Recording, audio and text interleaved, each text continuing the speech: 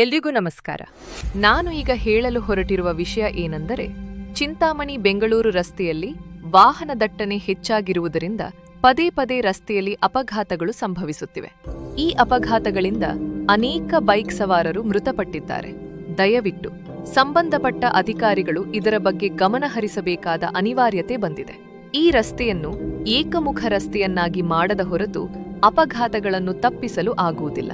ದಯವಿಟ್ಟು ಅಮಾಯಕ ಪ್ರಾಣಗಳು ಹೋಗುವುದನ್ನು ನಿಲ್ಲಿಸಿ. ಹೊಸಕೋಟೆ ಚಿಂತಾಮಣಿ ಮಾರ್ಗದಲ್ಲಿ ಅತಿ ಹೆಚ್ಚು ಅಪಘಾತಗಳು ಸಂಭವಿಸುತ್ತಿದ್ದು, ದಿನನಿತ್ಯ ಬೈಕ್ ಸವಾರರು ರಸ್ತೆಗೆ ಬರಲು ಭಯಪಡುವ ಆತಂಕ ಪಡುವ ಸಮಯ ಬಂದಿದೆ. ಸಂಬಂಧಪಟ್ಟ ಅಧಿಕಾರಿಗಳು, ಸರ್ಕಾರದವರು ಈ ಅಪಘಾತಗಳನ್ನು ತಡೆಯಲು ಶೀಘ್ರವಾಗಿ ಏಕಮುಖ ರಸ್ತೆಯನ್ನು ಮಾಡಿಕೊಡಲು ವಿನಂತಿ ಮಾಡುತ್ತಿದ್ದೇವೆ.